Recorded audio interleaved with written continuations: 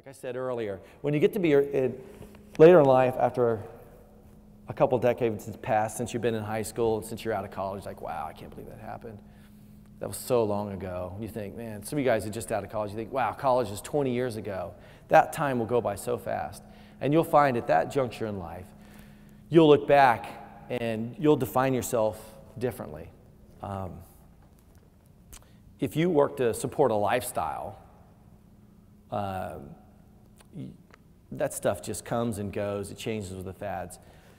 But if you work to support your life, the kind of life that you want, you say, hey, how do I want my life to look later on? Do I want to be able to travel when I'm in my 40s, 50s? Do I want to be able to retire at age 55? And right now, in your 20s, man, you got the whole, you say, man, I got time to make mistakes. I can go here and do this. I can do this. I really don't have to think about money. Retirement's not that close. That's way off in the distance.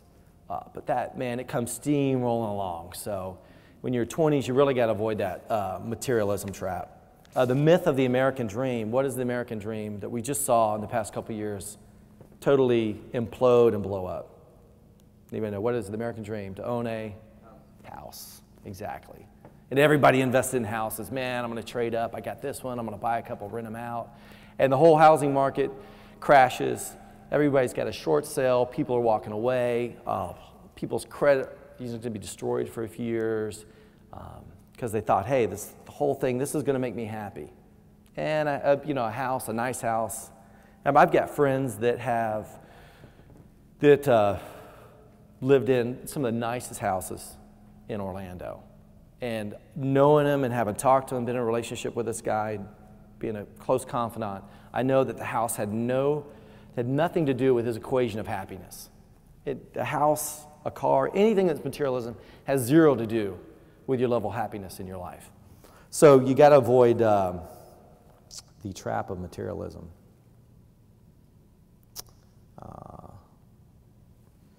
Let's see. Along with that, if you fall in that trap, you'll make the fourth mistake, is amassing personal debt. Man, we live in the culture where you can buy everything on credit. No one sells anything on price anymore. Everything is sold over time. And that's been the way for about 30 or 40 years. Marketers, salespeople tell you, hey, when you see the car commercial, in the little, they'll show you the price of the car, but in the car commercials, what's always the thing that they advertise? Drive this for $449 a month. You can lease this car for $399 a month. So they sell it on payments in time. People are like, hey, man, I'll sign up for that. I'll sign up for some debt. So I've driven nice cars, and I've driven beaters. I've gone from the beaters I drove in college to driving nice cars to realizing, hey, that's not that important.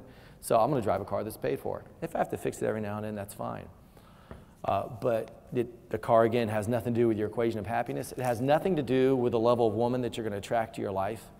It has nothing to do with the level of friends that you're going to have, true good friends that you have in your life. So you have to be careful of that. Some of the things that in your 20s that you collect debt for: college loans.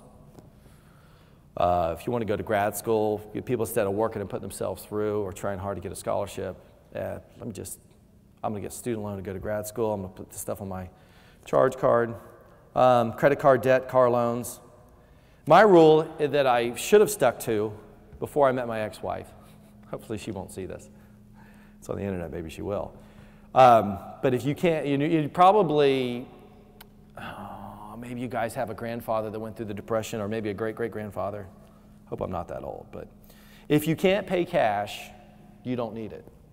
If you live by that maxim your whole life, if you get involved with a woman who becomes a long-term relationship and you have living together, if you can ingrain that in your brain and she's on the same book in the page, you guys will have a huge amount of financial success. You should.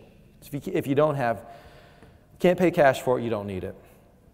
The only time that I think borrowing is good for you, or leverage, is for a business venture that's going to make you a profit. You're pretty certain about it. Borrowing money for a risky venture is stupid because there's all kinds of people that are willing to take your money. But if you've got a good, solid business plan, you've got a team of people put together, and you know that this thing is, everybody's going to put 100% effort into making it work, that's not a bad time. I borrowed money for business Capital is easy to raise in America. If you're a sharp guy and you've got good ideas and a good solid business plan, you can go out and you can find people that will, to raise $1 million or $2 million of capital, it's not a lot of money these days, but if you've got a business venture, it's easy to find that if you've got a good plan, if you're on the ball. And that's probably the only time to borrow money in your 20s, if you did that, if you got a good business plan. The other thing about amassing personal debt, you say, well, I understand the car. I'll just drive the car that I have. I'll pay cash for it. That's good. I'll fix it. Because in the long run, fixing the car is as much as making the monthly payment, and you're not indebted to it. But a house. A mortgage is a good idea. Who's got the cash to buy a house? Man, I see this house, and it's decent. In today's market, it's $250,000. I can't be wrong to get a mortgage. And what have we found the past couple of years? Getting a mortgage is not. Housing values don't always appreciate. We've seen them drop off. Most of the markets, especially in Orlando, we haven't even hit the bottom yet. It's another 12 months before it hits the bottom. So people are going out and buying houses now. They're going to be hit in another 12 months. People are trying to jump off their sinking ships, foreclosures, short sales. So the mortgage is not always a guaranteed thing. The house is not always going to go up in value. A house that you live in is not an investment. If you ever read, anybody has ever heard of Robert Kiyosaki? Rich Dad, Poor Dad? Cash Flow Quadrant. He's got a bunch of books. Great books to read for you, for money, for financial. But the house you live in is not an investment, and we've learned that in the past few years. A house that you buy and rent out with a positive cash flow, and you got depreciation that you're writing off on your taxes, now that's an investment, but your house is not. The other thing with amassing personal debt, or getting a mortgage, or getting a car loan, is that it ties you down to one location. When you're in your 20s and you're not married and you're not in a long-term relationship with a woman, or you don't have any kids, this is the time to see the world and to travel. And if you've got bills that you have to pay here, if you've got a car payment you got to make, you're upside down in. If you find that you want to move, you'd be surprised when you want to have a little freedom and move to a different city, maybe take another job opportunity. Well, I'm chained to this house here. Wow. It used to be that that was a sign of success, but not anymore. I mean, a sign of a paid-off mortgage. That's the guy on the radio who's got the financial radio show. He says, hey, that's the new, it's not the BMW that you're driving, it's a sign of your success, it's the paid-off mortgage. So a mortgage is not a sure bet, it's a chain. And you can be mobile if you're not tied down to debt. So amassing personal debt, besides the pressure that it puts on your life, it forces you to stay in a job because maybe I hate this, I want to try a new opportunity, I want to start a new business, but I got all this debt that I have to make this monthly nut I got to crack.